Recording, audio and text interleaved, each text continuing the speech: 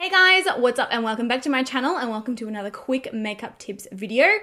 In today's video, I'm going to be showing you guys exactly step by step exactly how to properly prime your eyes before going in with eyeshadow.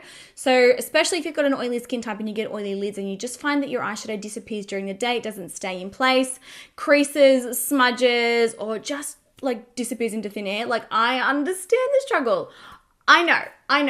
So yeah, I'm going to be showing you exactly how to stop all of that, how to stop your shadows from creasing, how to keep them in place all day long, and how to make them easier to blend, and also how to make them way more vibrant than ever before. So if you were interested in learning about how to achieve that, then please stick around. All right, so first up, to prep your eyes, when you've done your foundation, if you are someone who prefers to do their foundation before eyeshadow, make sure that you do not put any foundation on your actual eyelid. You need your eyelid to be clean to start out with. Then you want to choose an eyeshadow primer. Obviously, you guys know this one is my favorite, the MAC Pro Longwear Paint Pot in the color Soft Ochre, but this one by NARS is also absolutely brilliant, really long lasting. It's also got a slight tint to it, so it is going to cover up, redness, capillaries, darkness that are on the eyelids. Also a great affordable one, the Maybelline Age Rewind Concealer actually works really well as an eye primer as well. Now to apply this, you do have two options, a soft fluffy synthetic brush or a blending sponge. This is the Nikkia Joy Cosmetics Pro Perfecting Sponge. It's a very soft makeup blending sponge.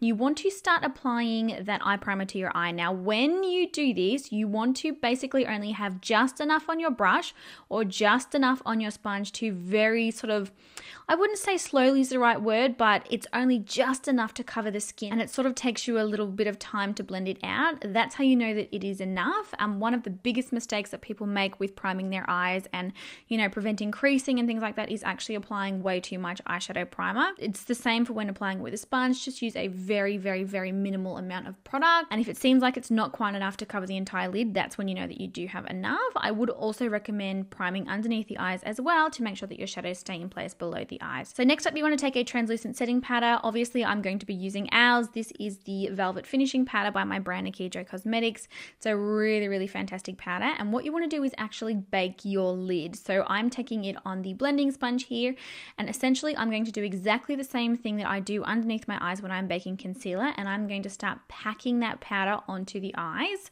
and you can see it's leaving quite a nice thick layer of powder there. Basically what that's going to do is it's going to really absorb into that eyeshadow primer, and it's going to lock it down tight, so it's not going to crease, it's not going to budge, it's not going to get oily during the day.